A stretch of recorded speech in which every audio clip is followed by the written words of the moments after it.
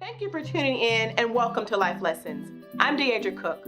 On today's show, we have a special guest who shares his experiences through life activism and history. In honor of Black History Month, we celebrate the life and legacy of those who have come before us, paving the way for social freedom, shining the light on injustices, and making a difference in the local community. Today, we will talk about the power of giving back. Giving back is so important to the community. It really is important to the individual who is giving. When you give back to the community and you reach outside of your community, it makes you stronger. It makes the community stronger as a whole. So let's get started with the show. Dr. Rush has been an educator at various institutions, including Martin University. He has worked for HUD Housing. He is a faith community leader and a pastor.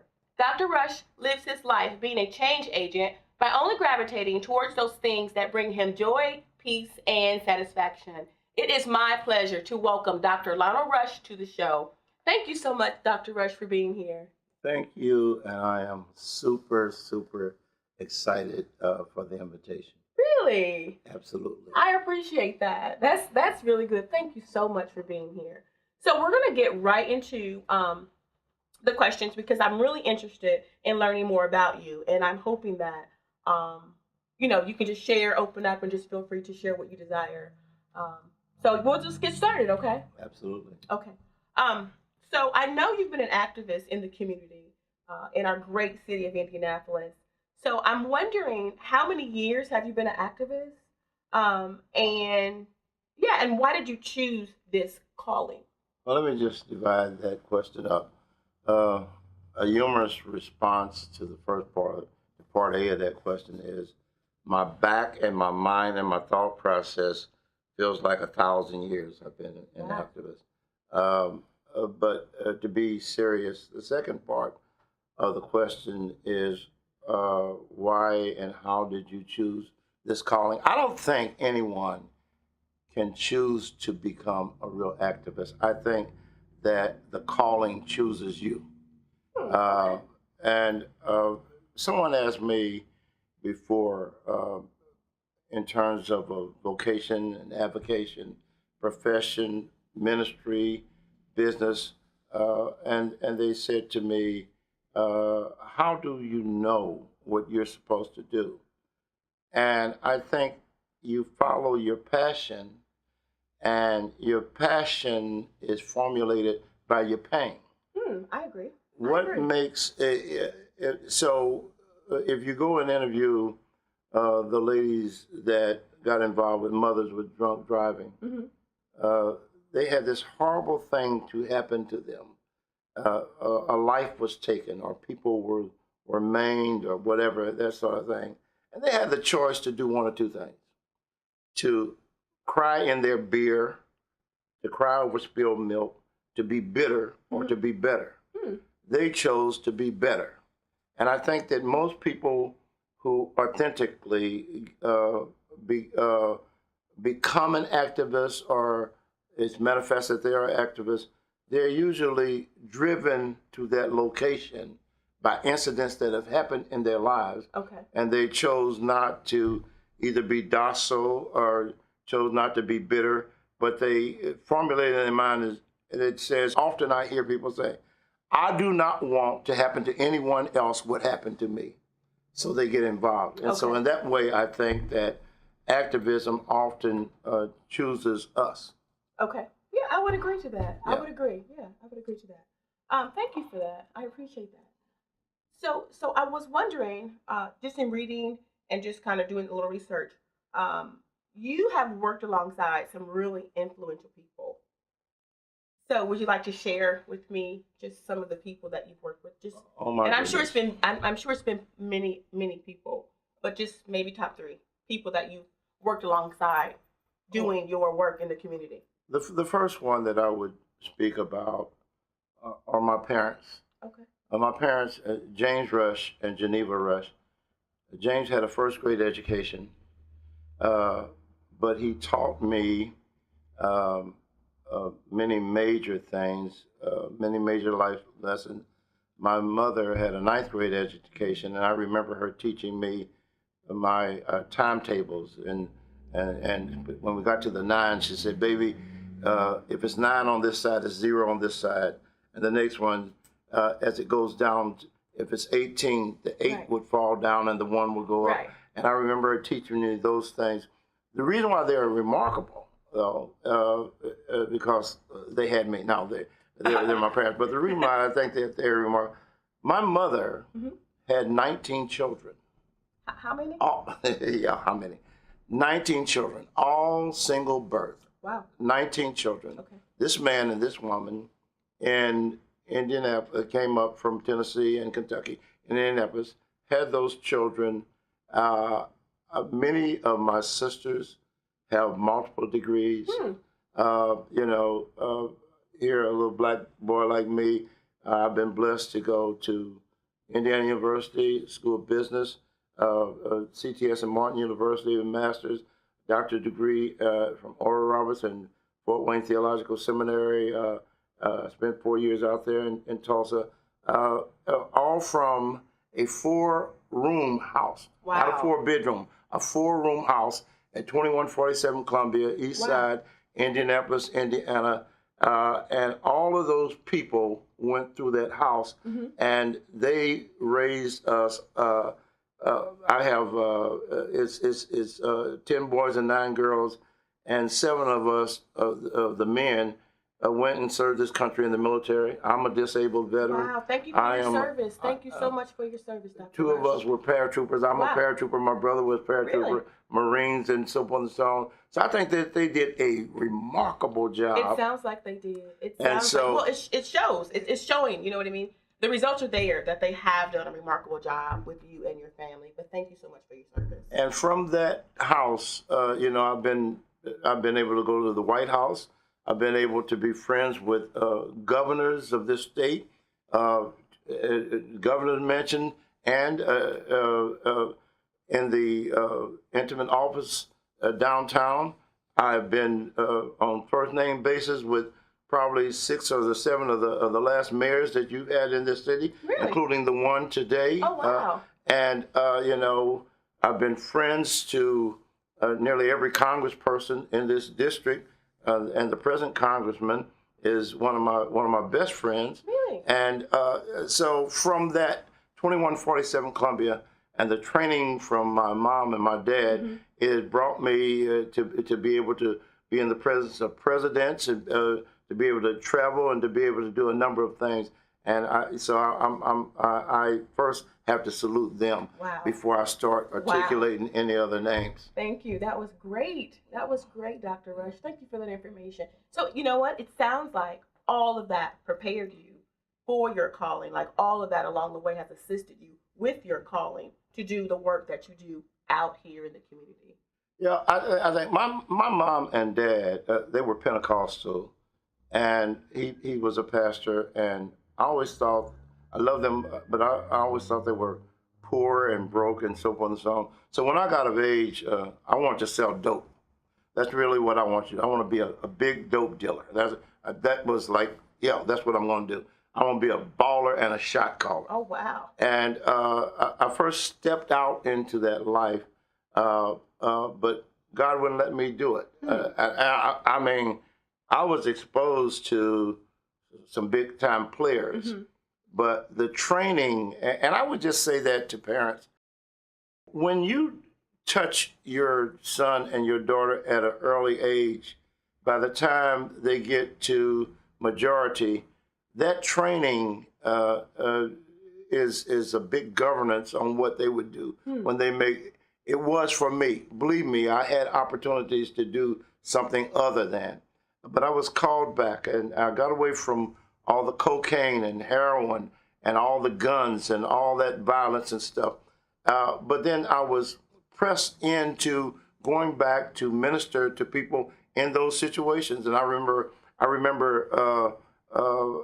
when I was converted, some people came to me and said, "Hey man, what you got for the head?" Meaning, what kind of dope do you have? Oh. And I was converted. I was a new Christian, and I said, I didn't know what they had. I said, I got Jesus. They thought it was a dope.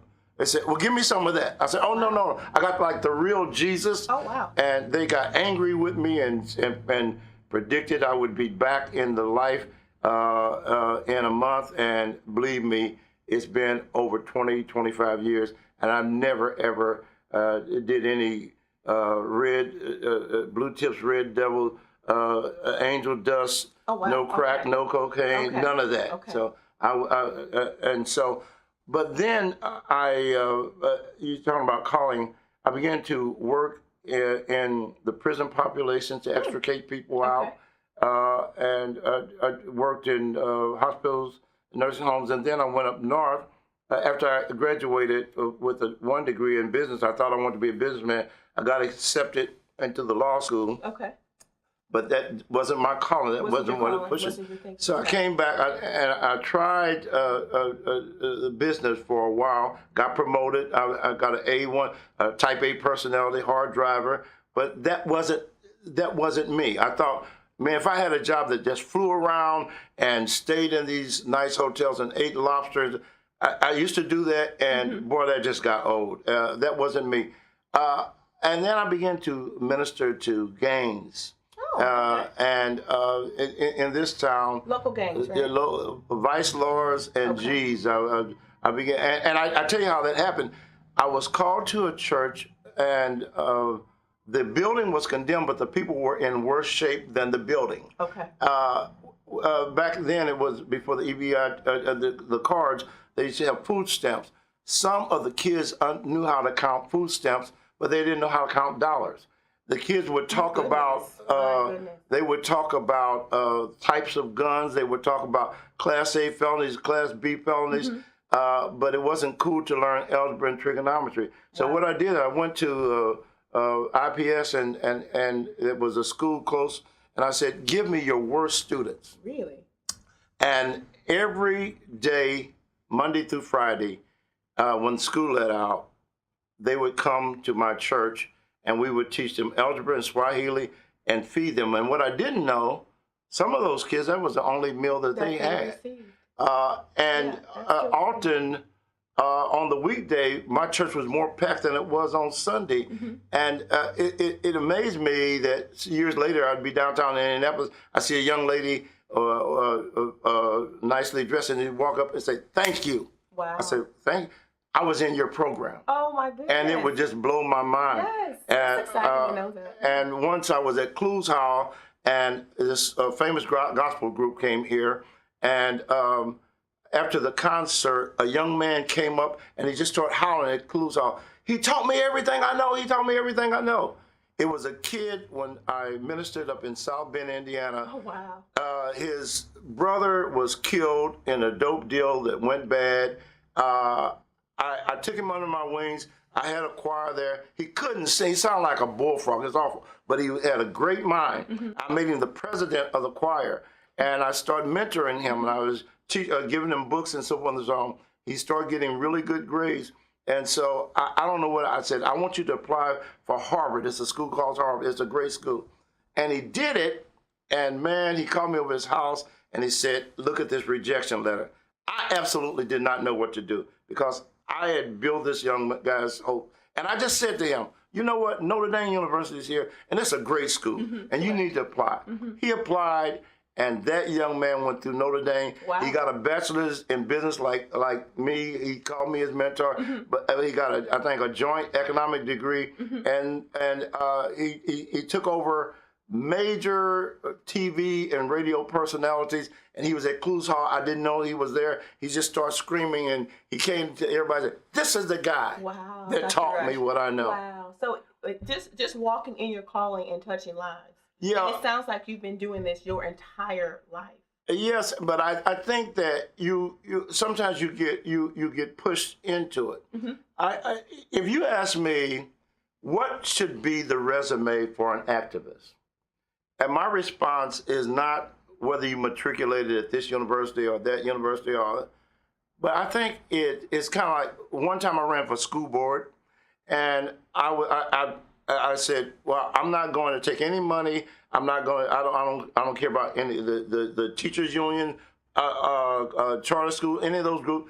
My platform is children first, and I'm going to go to every school in this district. Wow.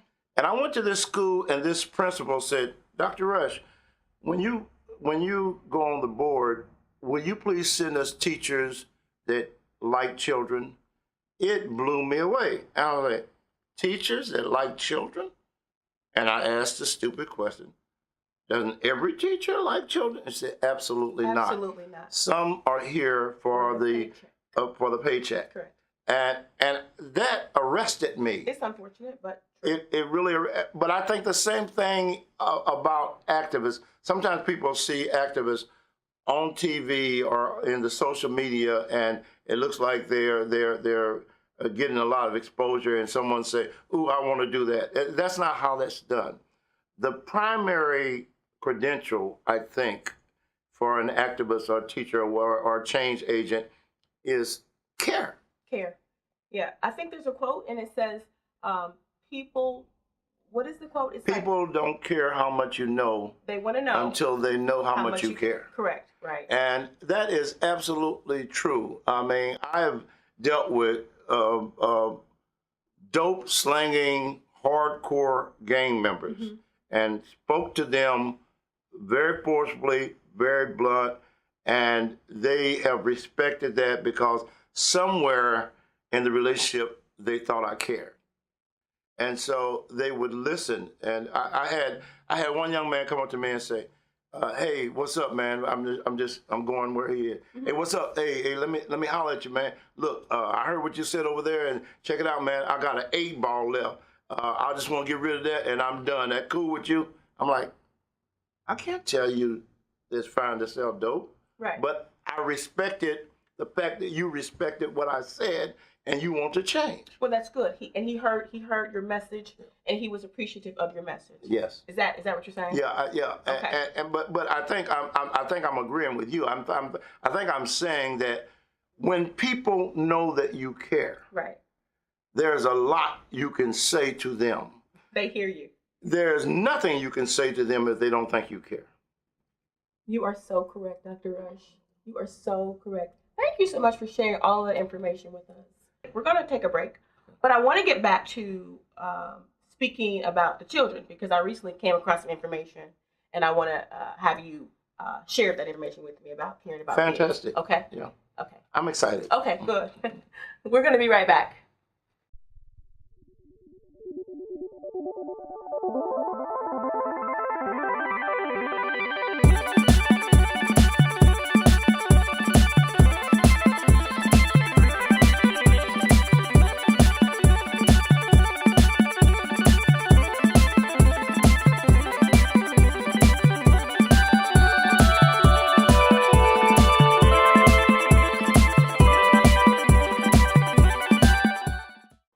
Welcome back. Thank you for tuning in. Dr. Rush, so I know that you have been a solid rock in the community organizer, working with children, working with, gangs and different organizations. But I heard that you have dealt with homelessness and those that are affected by homelessness. Can you just share with me briefly what that was like for you? Yeah, that. First of all, let me just say it's the hardest thing that I've ever done in my life. Really? Yeah, I describe it this way. Someone has on a tuxedo and they walk out in the backyard of one of their rich friends and there's a swimming pool and they just keep on walking into the pool with the tuxedo. Clearly, they were not prepared to swim. Nor was I. Not prepared to swim. Not with a tuxedo on. You typically don't wear tuxedo to the swimming pool. Correct. And in a real way, I was wearing a tuxedo into the swimming pool because my thoughts about homelessness was simply that someone didn't have a house. I didn't understand that it was a dual diagnosis. Correct. It was post-traumatic stress syndrome. It was guys in a post-draft military society that go to Iraq and go back to Iran and go Afghanistan rather, and go back to Iraq and go back to Afghanistan, and they come back home, but their brains are still over there, but their body's over here, and they can't stay in a house or they can't stay with family, and you'll find them downtown at the War Memorial sleeping under one of the monuments on one of the trees, or over there at the school board laying on the grates with cardboard over them. I didn't understand those things until I started to work with homelessness, and it took me aback. And yet, when I'm looking at the devastation of homelessness, you know, I want to do something, but I didn't understand how they got there. I didn't understand that at some point the government itself released everyone from mental institutions. Correct. And put them out on the street. Right. I didn't understand it until I talked to my friend who's the sheriff, how many doses of medicine he has to give to the inmates there, and what a great occurrence there is with mental illness in the jail. And sometimes it's not criminality; it's just issues there. I didn't also understand how devastating legislation can be when this nation faced 2008 and all that happened at Wall Street and the housing crisis. A whole lot of people had their net worth in home, and they were summarily put out on the streets, and homeless. So they were essentially homeless. So homelessness came from an economic situation. It came from mental illness. It came from just a number of issues. And so you had to work with people in those instances. You had to understand how they got there to lead them out of it. Right. So, but at some point, a group came to me and said, we understood that you work with homelessness.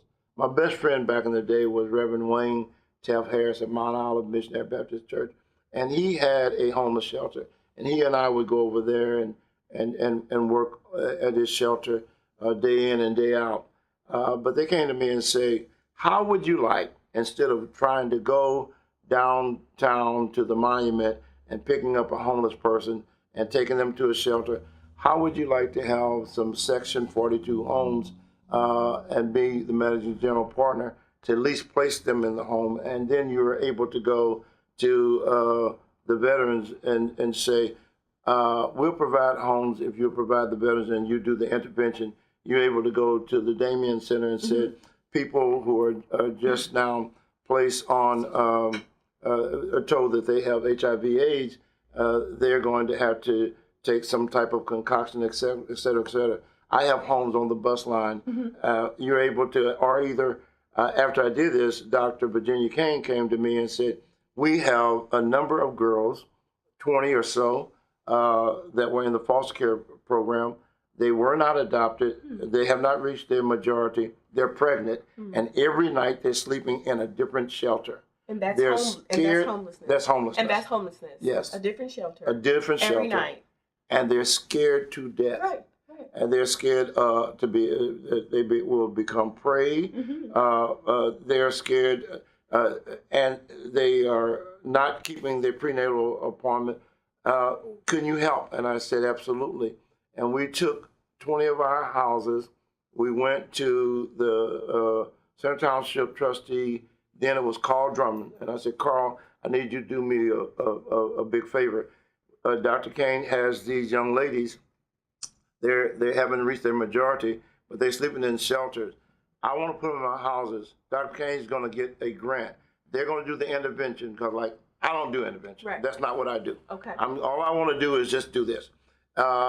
And he found the money and paid rent for 3 months, and we paid their rent for the year. Oh, wow. And we just said to them, young ladies, I said, you can see I'm not very handsome, so I can't be pretty. I've never been a girl before. I'm not going to tell you have to go back to your school because you might be ostracized. Right. But you have to go after a GED. They had a criteria. Yeah. Okay. You have to get your prenatal. I'm concerned about the baby that's in your stomach. Okay.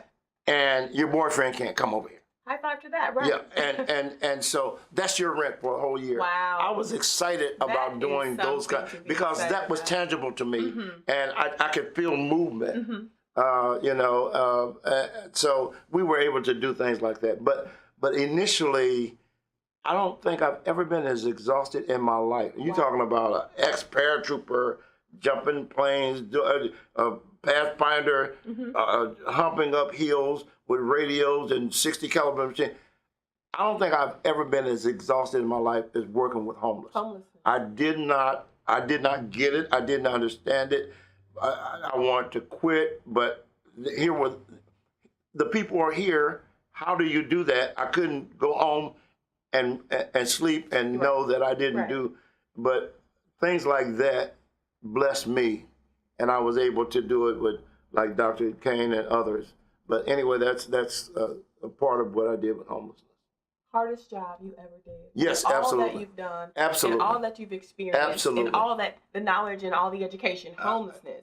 Absolutely. It's a huge, huge problem in our city of Indianapolis. You know what I mean? And I know they're working on it, but it is a huge crisis. It's a huge crisis, but not only Indianapolis, but really all over the world. I'm a stupid guy. Okay, so like to me, it's like 1 and 1 is 2. Right. Okay, brother mayor, brother and sister councilman, you have like 20,000 abandoned homes. Yeah. And you got 5,000 homeless people. Right. Duh. What can we do to do this? What can we do to assist those that are homeless? But you know, they're gonna say it's complicated. There's taxes to be paid. It's this and that. We got ownership interest. I don't know. I'm the kind of person that want to get the problem done and not talk about it. Right.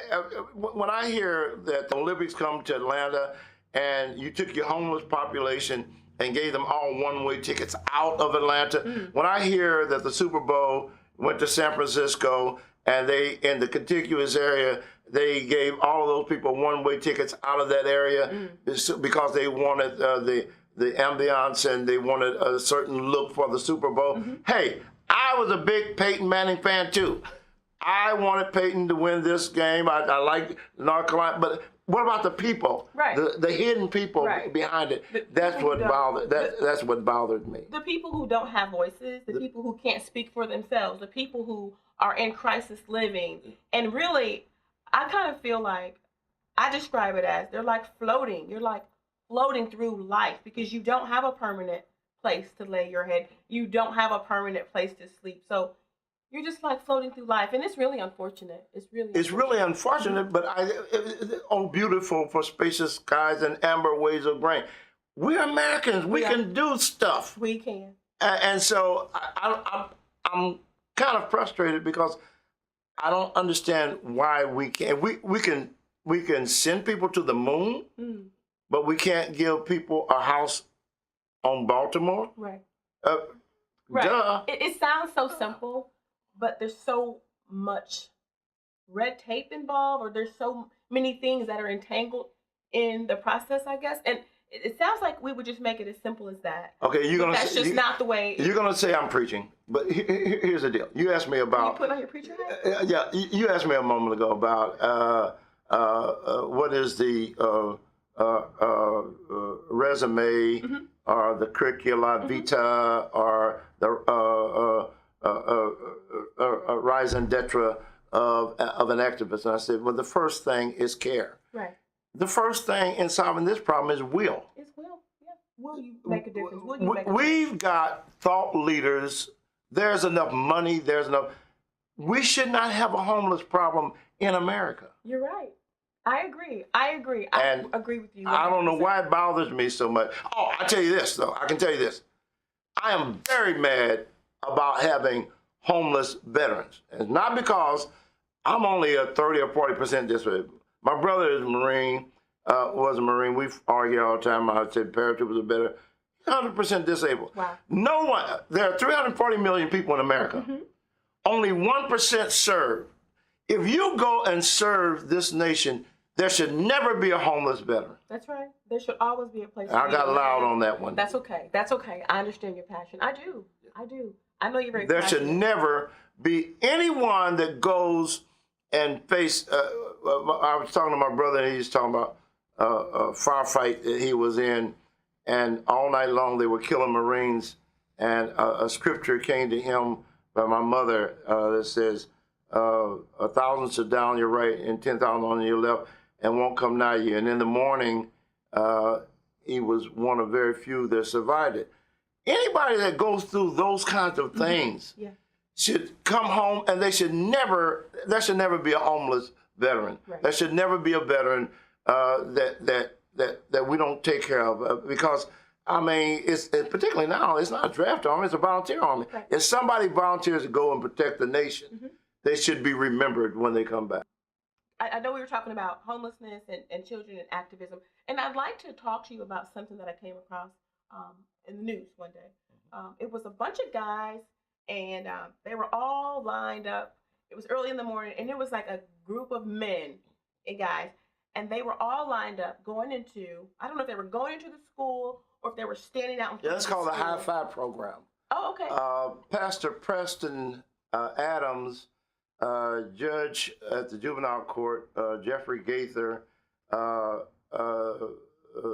the pastor of Light of the World, who is now deputy mayor, they were organizing that.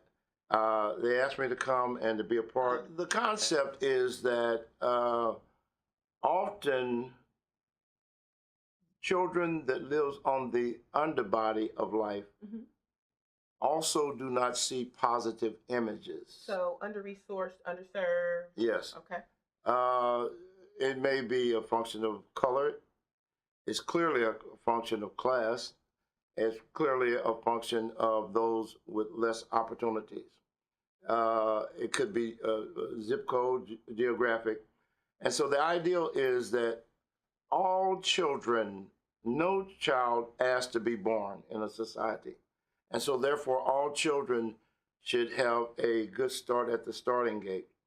And all children are the message, the email that we will send into a future that many of us may not ever see. And so That's a good thought. what is that message that we will send into the future? That message is innately a part of that child. So the ideal is where there is lack in terms of whether a child has inferiority complex, whether they have been underserved, whether they have not heard enough words, whether they have not seen people that look like them, that have accomplishment. Go to that place. Okay. And when they get off the school bus, be there to tell them you can do it. So everyone lines up. We line up on both sides. We did it this morning. Really? I'm a Kappa Alpha Psi fraternity.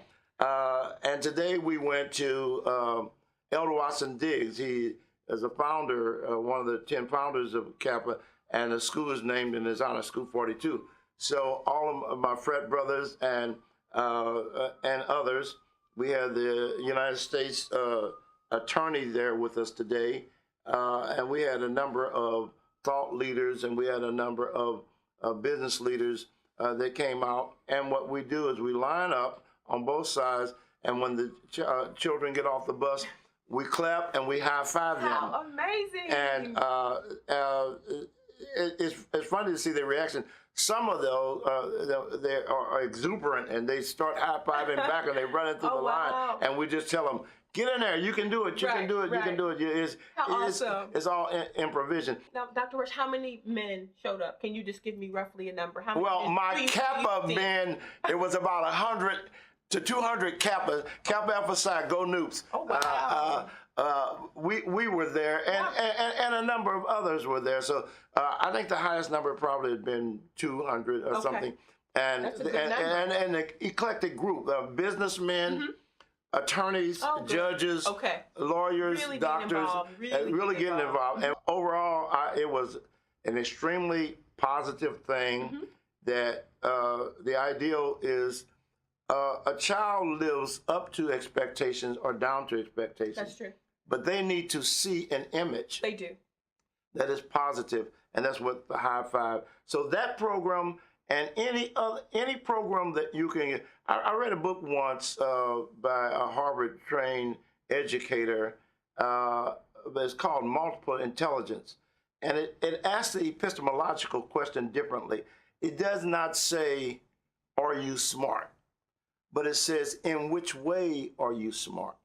Because all of us learn differently. Correct. Yes, we do. And it's the teacher's job to understand that dynamic and not try to teach one size fit all. Right. And all the caregivers, everyone that works with young people, is their job. The teacher always needs to go and find where the student is and then bring them up to a standard, and even the vehicle of getting them there. Some people learn interpersonally, so you have to go where people are to bring them. And I think that's when you do things like the High Five Project, understand that it's a good thing to do, but that's not the only thing to do. Okay, thank you for telling me that. We're going to take a quick break, Dr. Rush. Yes, okay, that's and we're fine. going to be right back. We'll be right back.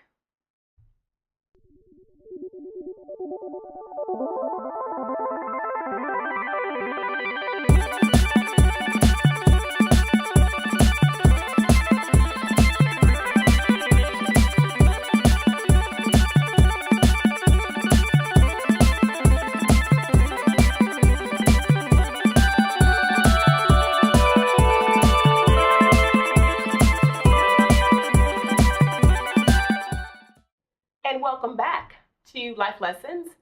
We are here with Dr. Lionel Rush, who is a pillar in the community. Thank you, Dr. Rush, for being here once again. Thank you so much. I am absolutely ecstatic about being here, and I learned something about me. I did not know that I was a pillar, but I'll take it. You are a pillar in the community. Yes, you are. So we talked about the High Five Project earlier, and so I want to know, how has the High Five Project, how has it affected the Indianapolis area and the people of Indianapolis? How is it impacting the community? I think the High Five Project is good. Here's the issue. What are there? About 900,000 people in Indianapolis and 1.5 in the Indianapolis area, in the contiguous area. So I'm saying that we need not either or, but both and, both and, both and. Okay.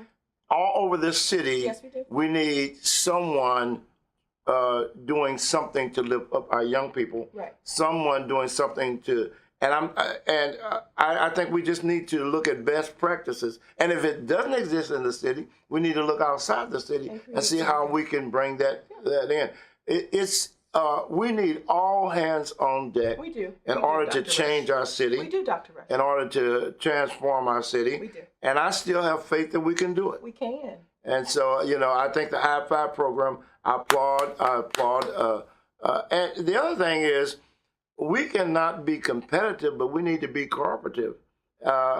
We need to turn to each other rather than on each other, because there's so much work to do. There's so much work to do in the community. And every time I look around, I see where we need to plug another hole, that we need to do something. That every time I think we have it almost right. I think we need to do something with our seniors. Here's another problem. We haven't even lifted up, because we've been talking about young people. The month gets too long for many of our seniors. That at somewhere in day 23, 24, they run out of food, and then they have to decide whether they're going to eat cat food, or dog food, or either medication. These are issues that we have to solve as a community. We are bigger than that. We're better than that, and so therefore we need all hands on deck. And I think that anything that lifts us, I vote for it. I'm like, ooh, teacher. I high five on that. Right. I high five to that. Thank you, Dr. Rush. Thank you for sharing all the awesome things that you are doing in the community and shedding light on the importance of, giving back and, connecting with our fellow man and really, really just being a change agent out in the community. So I just want to thank you for that. May I take time to thank you? Thank you. Really, for we had a meeting once with the editor of the Star News and the editor of some of the large TV stations. And the spirit of our meeting was to say, we need to promote positive images.